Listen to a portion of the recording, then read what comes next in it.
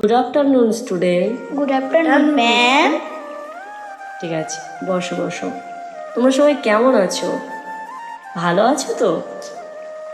তোমাদের এই যে ক্লাস, তার উপরে যে গরম পড়েছে, তার উপরে এত উঁচুতে সিঁড়ি ভেঙে আস্তে আস্তে এইটুকুতেই একদম আমি একদম ঘেমে টেমে একাকার হয়ে গিয়েছি। উফ, কি কষ্ট। এ নিন ম্যাম, একটু জল খান, আরাম পাবে। হ্যাঁ, ঠিকই বলেছ। দাও তো দেখি, খাই একটু জলটা। উফ, কি শান্তি যে লাগলো।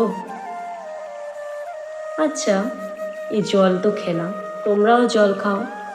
আমরা প্রতিদিন আমাদের বিভিন্ন কাজে, নানা কাজে, মানে জল আমাদের প্রতিদিন কতই না কত উপকার করে, কিন্তু আমরা এই জল কোথা থেকে পাই বলো তো?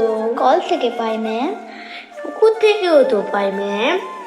ঠিকই বলেছ, আর কোথা থেকে পাই বলো তো? হ্যাঁ হ্যাঁ ম্যাম, সব থেকে বড় কথা, নদী থেকেও তো পাই। হ্যাঁ, একদম ঠিক বলেছ। আচ্ছা বলো তো, আমাদের দেশের সবচেয়ে বড় নদীর নাম কি তোমরা জানো? হ্যাঁ, আমি বলি বরঞ্চ, আমাদের দেশের সবচেয়ে বড় নদীর নাম হলো গঙ্গা। ম্যাম, গঙ্গা নদীর জল কি তাহলে আমরা ব্যবহার করি, কিন্তু কিভাবে?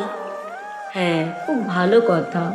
তুমি যে বললে গঙ্গা নদীর জল আমরা ব্যবহার করি, কিন্তু কিভাবে ব্যবহার করি? সত্যি তাই তো, আমরা তো কল থেকে জল খাই, আমরা কিভাবে নদীর জল আবার পান করি?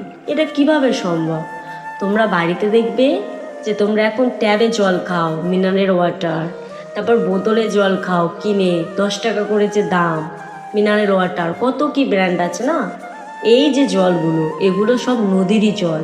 এগুলো পরিশোধন করে আমরা পান করি, আর এই পরিশোধন করার বিভিন্ন প্রক্রিয়া থাকে যেগুলো হয়তো আমরা দেখি না, সেগুলো তাই তোমাদের কাছে অজানা, কিন্তু এই পরিশোধন করে এই সব জলগুলো আমরা পান করে থাকি, যেগুলো আমাদের ব্যবহারের উপযোগ্য করে তোলে।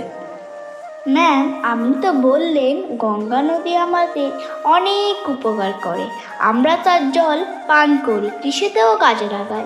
গঙ্গা আমাদের এত এত উপকার করে, তাহলে আমরা গঙ্গা নদীকে এক কথায় কি বলবো ম্যাম? খুব ভালো কথা। তাহলে খুব ভালো একটা কথা তোকে জিজ্ঞাসা করেছো, গঙ্গাকে এক কথায় তাহলে আমরা সম্পদ বলতে পারি। গঙ্গার মতো যেসব নদী আছে সেগুলো তাহলে সম্পদ বলবো ম্যাম? হ্যাঁ, অবশ্যই সম্পদ বলবে।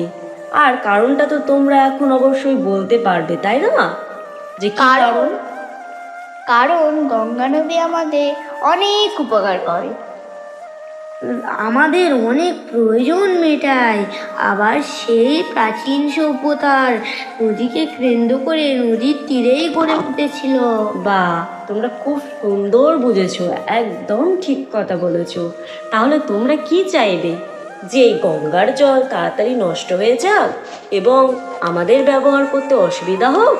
না ম্যাম, কখনোই নয়। তাহলে তোমাদের কি করা উচিত? আমরা জল নষ্ট করব না, নদীতে ময়লা ফেলবো না, গঙ্গাকে পরিষ্কার রাখবো। বাহ, খুব ভালো বলেছো, তোমাদের কথা আমার খুবই ভালো লেগেছে। তাহলে আমাদের কাজ কি হবে? আমরা আমাদের সবসময় জল সঠিকভাবে ব্যবহার করতে হবে, নদী দূষণ থেকে রক্ষা আমরা করব, আর অন্যদেরও সচেতন করতে হবে। একদম ঠিক বলেছেন ম্যাম, আমরা আপনার কথা মেনে চলবো এবং অন্যদেরও বলবো।